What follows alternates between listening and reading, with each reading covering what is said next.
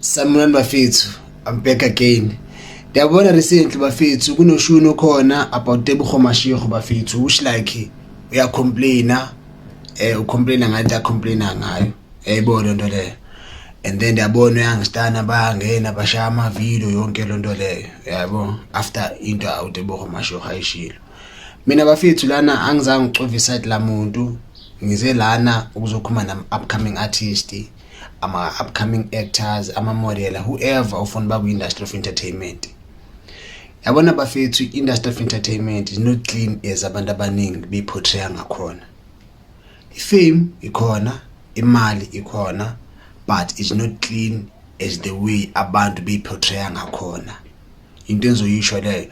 And I'm not talking this from maybe ku story sa someone or anyone. I'm talking this from my own experience. You understand?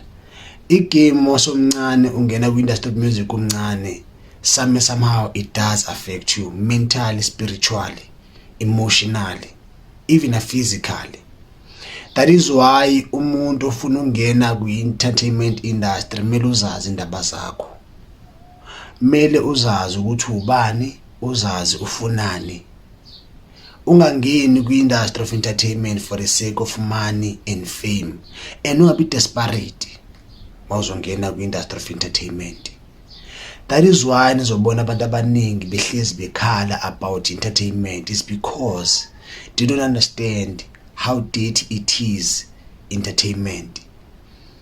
And lento le andikhulumi because ngizama ukuthusa abantu anything. Ngikhuluma lento le because ndifuna abantu bavule umqondo.